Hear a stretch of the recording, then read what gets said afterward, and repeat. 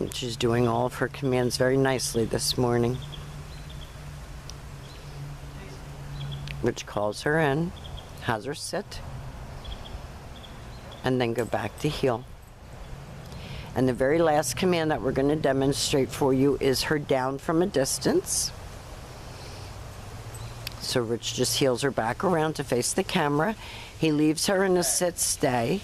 And this is another command that you're going to lengthen out your distance and your time. He gives her the down from in front of her. And then he calls her out of it. So we've demonstrated for you your heel, your automatic sit, your sit stay, your down from a heel, your down from a distance, and your come. These are the formal on-leash obedience commands that Daisy has learned while she's been with us at school. Rich will have a packet of information to help you with the transition of her coming back home. We've enjoyed having her, even though she's been a bit of a challenge. I'm sure you're super excited to see her today, and she's going to be over the moon excited to see you.